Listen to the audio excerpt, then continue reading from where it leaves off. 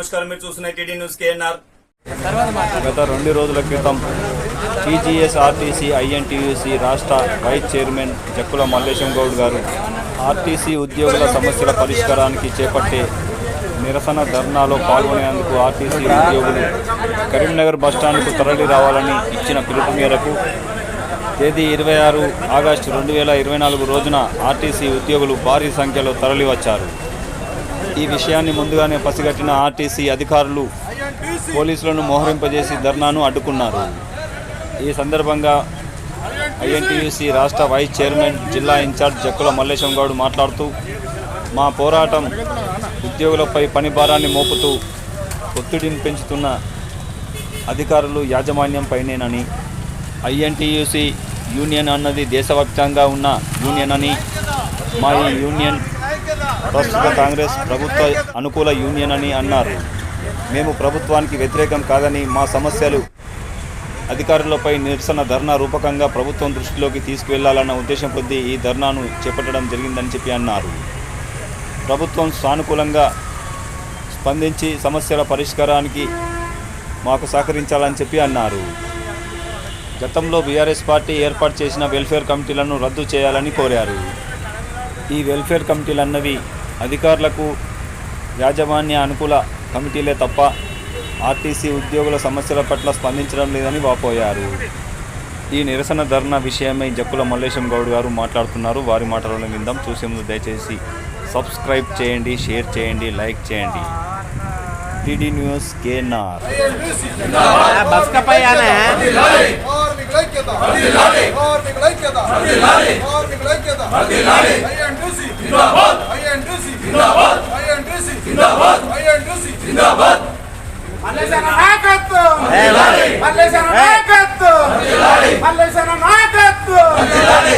కార్మిక సమస్యలు యూనియన్లు వెంటనే సమస్యలు వెంటనే. గత 4 రోజుల ముందే ఆర్టీసీ మేనేజ్మెంట్కు మేము ఒక లెటర్ ఇవ్వడం జరిగింది. డ్రైవర్లకు సంబంధించి, మహాలక్ష్మి టికెట్లకు సంబంధించి, డ్యూటీలకు సంబంధించి ఒక ఎజెండా తయారు చేసి మేము మేనేజ్మెంట్కి ఇవ్వడం జరిగింది. మేనేజ్మెంట్ పట్టించుకోకుండా ధర్నాలు చేయకూడదన్న ఉద్దేశంతో మొత్తం పోలీస్ వ్యవస్థను దింపి మమ్మల్ని నిర్బంధించి మాకు ధర్నా చేయకుండా పోలీసు వాళ్ళని పెట్టి అడ్డుకోవడం జరుగుతుంది. దీన్ని ఆర్టీసీ మేనేజ్మెంట్కు తీవ్రంగా ఖండిస్తూ ఉన్నాం. ముఖ్యంగా మేము ఇచ్చిన ఎజెండా ఏంటంటే, ఆర్టీసీలో డ్రైవర్ డ్యూటీకి వస్తే ఆయన బస్సు తీసుకొని బయటికే రాడు. ఆ డ్యూటీకి వచ్చినాక రీజనలైజర్ అని పెట్టి వాళ్ళను అక్కడికే పర్సెంటేజ్ వచ్చిందని చెప్పి సస్పెండ్ చేస్తాము. ఆయన బయటికే రాడు, బండి తీసుకొని లోపలనే ఉంటాడు. ఆ లోపల చెక్ చేసి నీకు తాగినామని చెప్పి అది సస్పెండ్ చేస్తాడు. మేము దాన్ని ఏమంటున్నామంటే, డ్యూటీకి వచ్చిన ఇతనికి చార్ట్లో సంతకం పెట్టకముందే కంట్రోలర్ గారి ద్వారా చెక్ చేయించుకోండి. ఒకవేళ నిజంగానే తాగినట్టు అనిపిస్తే అరు డ్యూటీ ఇవ్వకండి. సస్పెండ్ చేయడం ఏంటండి? ఇవాళ సిట్రజన్ ట్యాబ్లెట్ వేసుకున్నా, షుగర్ ట్యాబ్లెట్ చేసుకున్నా, పాన్ పరాకులు తిన్నా ఖచ్చితంగా వస్తుంది. మరి దాన్ని అట్లా చూపెడుతున్నది. కొంతమంది డ్రైవర్లు ఇక్కడ బ్రీతనలైజర్లో పర్సెంటేజ్ వచ్చిందని చెప్పి వీళ్ళు గవర్నమెంట్ ఆఫీసర్కి వెళ్తే అక్కడ నీళ్ళు వస్తుంది. మేనేజ్మెంట్ మాత్రం మేము చెప్పిందే వేద్దామని చెప్పి సస్పెండ్ చేసి రోడ్ల మీద పడేస్తున్నారు. ఈ విషయాన్ని మా గౌరవనీయులు ఎండి గారికి, అదేవిధంగా మా ఇక్కడ ఈడీ ఎగ్జిక్యూటివ్ డైరెక్టర్ మా గౌరవనీయులు పెద్దలు ఎగ్జిక్యూటివ్ డైరెక్టర్ గారి దృష్టికి తీసుకెళ్ళాలి, అదేవిధంగా గవర్నమెంట్ దృష్టికి తీసుకెళ్లాలని చెప్పి మేము నిరసనకారం తెలియజేయడమే తప్ప ఎవరినో ఇబ్బంది పెట్టాలని కాదు. దీనివల్ల ఏమవుతుందంటే, కొత్తగా వచ్చినటువంటి మా కాంగ్రెస్ గవర్నమెంట్కు బదనాం ఎక్కువ అవుతుంది. గత పాలకులు చేసిన పాపాన్ని, గత పాలకులు చేసినటువంటి శిష్టాన్ని ఇప్పుడున్న ఆర్టీసీ మేనేజ్మెంట్ కొనసాగబెడుతుంది. కాబట్టి మేము ముఖ్యమంత్రి గారికి మరియు మా పొన్నం ప్రభాకర్ గారి రవాణా శాఖ మంత్రులు గారికి తెలియజేస్తే, ఈ ద్వారా మేము తెలియజేస్తామని చెప్పి ఈ ప్రోగ్రాం పెడితే మా మేనేజ్మెంటు కక్ష సాధింపు కొద్ది ఇంకా కూడా టీఆర్ఎస్ గవర్నమెంట్ కింద పనిచేస్తున్నట్టే మమ్మల్ని నిర్బంధించడం జరుగుతూ ఉన్నది. ఇవాళ ఇక్కడ ఎలక్ట్రికల్ బస్సులు వచ్చినాయి. ఎలక్ట్రికల్ ప్రైవేట్ పరం అంటున్నారు. వాస్తవంగా ప్రైవేట్ పరమే.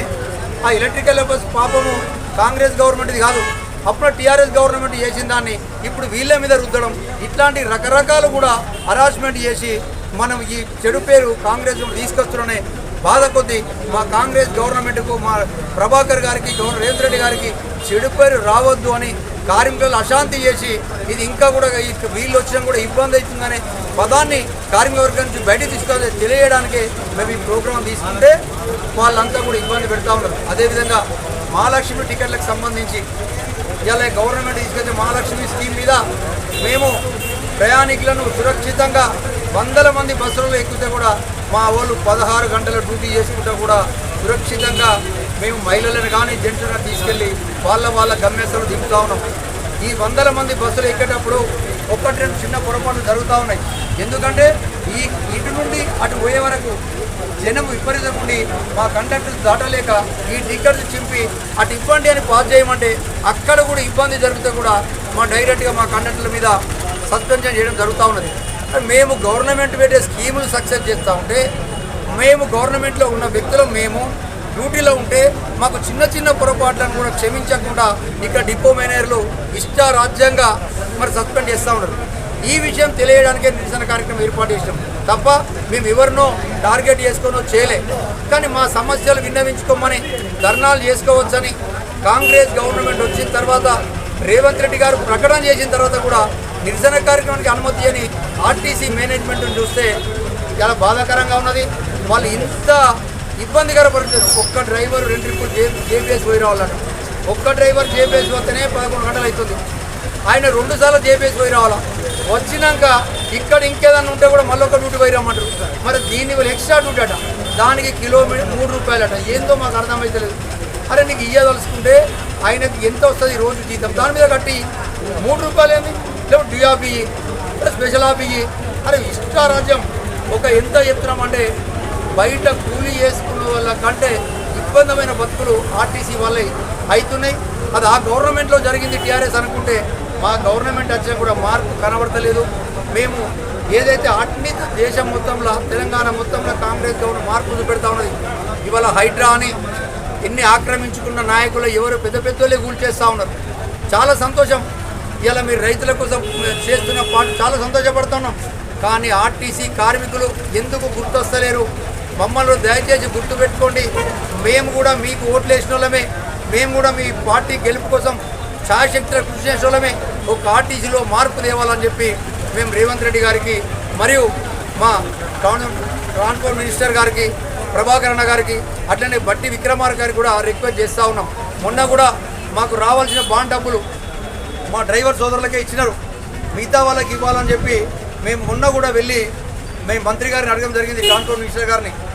ఈ రైతు రుణమాఫీ 2 లక్షలు అయిన తర్వాత మీకు డెఫినెట్గా ఆర్టీసీ కార్మికులు సాయం చేస్తామని చెప్పారు. దాని అయిపోయింది టైం కాబట్టి మాకు కూడా త్వరలో బాండ్ డబ్బులు ఇవ్వాలి. అదేవిధంగా వర్క్ లోడ్ తగ్గించాలి. ఒక్కొక్క డ్రైవర్ 16 గంటల డ్యూటీని తగ్గించి చట్టపరమైన డ్యూటీలు చేయాలని చెప్పి ఈ రకంగా రిక్వెస్ట్ చేస్తూ మాకు హరాస్మెంట్ చేసినటువంటి అధికారులకు కూడా జాగ్రత్త. ఈ ఒక్కరోజు మమ్మల్ని నిర్బంధం ఆపగలిగారు. ఇక్కడ సెక్యూరిటీ సిబ్బందిని పెట్టో లేదంటే పోలీస్ సిబ్బందిని పెట్టో ధర్నా చేయకుండా పిలుపుతోటే ఎంతమంది వచ్చిర్రో ఒక్కసారి చూడండి. కాబట్టి ఈ బెడ్ విన్నర్ స్కీమ్ల వాళ్ళకు కూడా చాలా దుర్మార్గం అండి. కాంట్రాక్ట్ బేసిస్ అది ఎప్పుడు టీఆర్ఎస్ గవర్నమెంట్ ఇచ్చింది, ఇప్పుడు కూడా ఈ గవర్నమెంట్ కూడా అదే ఇస్తుంటే మరి మార్పు ఎక్కడ వచ్చింది? మేము అందుకే కాంగ్రెస్ గవర్నమెంట్లో మార్పు ఆర్టీసీలో కూడా చూపెట్టాలని చెప్పి మేము గవర్నమెంట్ను, మా మంత్రి గారిని, అదేవిధంగా మా మేనేజ్మెంట్ గారు, వాస్తవంగా మా ఎండీ గారి దృష్టికి పోవట్లేకుండా ఈ చిన్న చిన్న విషయాలు ఎండీ గారికి తెలియాలంటే ఇక్కడ డిఏఓ మేనేజర్లు మాట్లాడరు, ఆర్ఎంలు టైం అడిగితే ఇవ్వరు. మరి ఈ సమస్య మా ఎండీ గారి దృష్టికో మా ఈడీ గారికి దృష్టికి తీసుకెళ్లాలంటే మేము ఈ రకంగా చెప్తే వాళ్ళ దృష్టికి వెళ్తుందని చెప్పి ఈ ప్రోగ్రాం తీసుకోవాలి తప్ప ఇక్కడ ఎవరినో చేయలేదు. మా ఎండీ గారు గౌరవనీయులు ఈ ఆర్టీసీలో మంచి మంచి స్కీములు తీసుకొచ్చు, మంచి మంచి పనులు చేస్తూ ఉన్నారు ఆయన.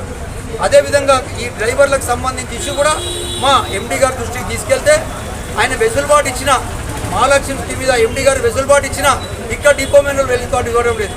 ఈ విషయం తెలిసిన అందుకే ఎండీ గారి దృష్టికి వెళ్ళాలని చెప్పి ఈ ప్రోగ్రాం తీసుకోవడం జరిగింది. అట్లా ఈడీ గారి దృష్టికి వెళ్ళాలి ఈ ప్రోగ్రాం తీసుకోవడం తప్ప వేరే ఉద్దేశం కాదు. మేము పిలువగానే విచ్చేటువంటి మా డిపో నుంచి అత్యధిక సంఖ్యలో ఒకే రోజు ముందు పిలిపిస్తే కూడా అంటే ఆ కార్మికులలో ఎంత అశాంతి, ఎంత కూడగట్టుకుంటే ఒకటే పిలుపు వన్ డే ముందు ఇస్తే వందలాది మంది కథలు వచ్చారు. కాదు ఈ నిర్బంధం చేయబట్టి ధర్నా చేయకుండా మీడియా మిత్రుల ద్వారా మా బాధను వ్యక్తం చేసుకున్నాం. మీడియా ద్వారా గవర్నమెంట్కు ప్రజలకు కూడా మా కష్టాలు తెలియాలని చెప్పి తెలియజేస్తూ మేము పిలవగానే వచ్చిన మీడియా మిత్రులకు అందరికీ మాకు సహకరించిన పోలీస్ సిబ్బందికి సెక్యూరిటీ సిబ్బందికి కూడా ధన్యవాదాలు. సెలవు తీసుకుంటాం. జక్కుల మల్లేశం గౌడ్, INTUC రాష్ట్ర వైస్ చైర్మన్, కరీంనగర్ జిల్లా ఇన్ఛార్జ్. నేను మరొకసారి నమస్కారం తెలియజేస్తున్నా. ముఖ్యంగా ఇది ఇప్పటితో రాపను చూద్దాం. ఇంకా దీనికి త్వరలో మళ్ళీ ఒక మీటింగ్ ఏర్పాటు చేసి సాగు రేవు అరెస్ట్కి భయపడకుండా ప్రోగ్రాం తీసుకోవడానికి సిద్ధంగా ఉన్నా. మీరంతా నా ఎన్నట్టు ఉంటారంటే నేను మళ్ళీ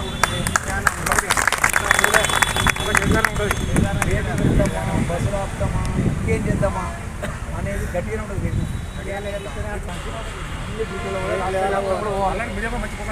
రాష్ట్ర వ్యాప్తంగా